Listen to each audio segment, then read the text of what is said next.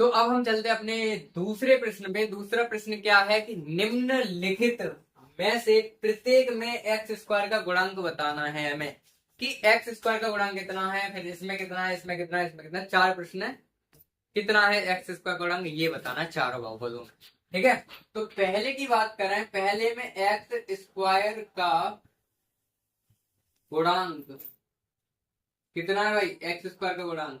तो सबसे पहले तो एक्स स्क्वायर ढूंढो, इसमें एक्स स्क्वायर कहाँ पर है, एक्स स्क्वायर कहाँ है, यहाँ पर एक्स स्क्वायर। एक्स स्क्वायर के पास में क्या लिखा है सर, कुछ भी ना लिखा है। और कुछ भी ना लिखा होता तो हम एक मान लेते हैं, क्या मान लेते हैं, एक लिखा है। तो एक्स स्क्वायर का गुणांक कितना हो गया, एक हो गया। ठीक है, और यही है पूछ लेता एक्स का गुणांक, ये एक्स्ट्रा पॉइंट है। अगर यही पूछ लेता एक्स का गुणांक कितना है भाई, एक्स का गुणा कितना है, एक्स के पास में क्या लिखा है, यहाँ पर भी कुछ नहीं है तो इसका भी एक हो गया। अगर पूछ लेता अचर पद क्या है, तो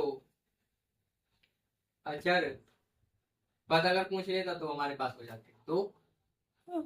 ठीक है, पूछा गया था हमसे एक्स स्क्वायर गुणांक। अगर आपसे एग्जाम में पूछ रहा है एक्स स्क्वायर का गुणांक, तो आपको एक्स स्क्वायर का ही लिखना है, दो मत लिख देना। लेकिन हमने तो आपको समझाने के लिए एक्स्ट्रा काम कर दिया कि एक्स का भी बता दिया और अचर पद भी बता दिया। इसमें एक्स कितने पद का है ये बहुपद, एक दो तीन, तीन पद का बहुपद है। और इसकी घात कितनी है, अगर इसकी घात पूछी जाए तो कितनी घात है भाई, सबसे ज्यादा कौन सी घात है, सबसे ज्यादा एक्स की पावर कितनी है, दो है।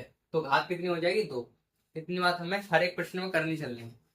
ठीक है, और आपको एग्जाम में वही करना है जो प्रश्न में दिया गया है, कहा गया है प्रश्न में, वही काम करना है। ठीक है, ओवर स्मार्ट मत बन जाना। ठीक, आगे बढ़ते हैं।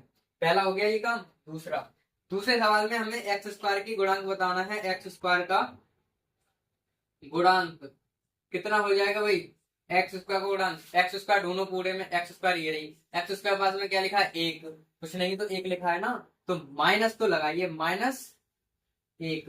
एक्स स्क्वायर गुणांक कितना हो गया, माइनस का एक। और यही पूछ लेता एक्स की पावर तीन का गुणांक, एक्स की पावर तीन का गुणांक कितना है भाई, एक्स की पावर तीन के पास में कौन लिखा है, कुछ नहीं है तो प्लस का एक लिखा है। और अचर पद अगर पूछ लेता तो कितना है भाई, अचर पद दो है। और अगर घात पूछ लेता तो घात कितनी है इसकी, सबसे ज्यादा पावर कितनी है, एक्स की पावर तीन, तो तीन क्या हो गई इसकी घात।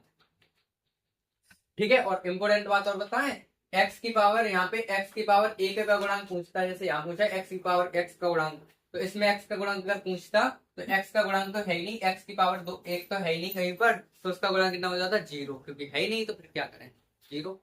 ठीक है, आगे बढ़ते हैं यहाँ पे। तीसरे में आ जाओ, एक्स का गुणांक, एक्स स्क्वायर का गुणांक कितना होगा भाई, एक्स स्क्वायर का गुणांक, एक्स स्क्वायर हमारे पास ये रहा, एक्स स्क्वायर पास कितने, पाई बट्टे दो, तो यही हमारे पास क्या हो गया, इसका गुणांक हो गया पाई बट्टे दो। और एक्स का गुणांक अगर पूछ लेता तो क्या हो जाता, एक्स का गुणांक क्या हो जाता भाई, एक्स का गुणांक कुछ नहीं है तो एक लिखा है प्लस का।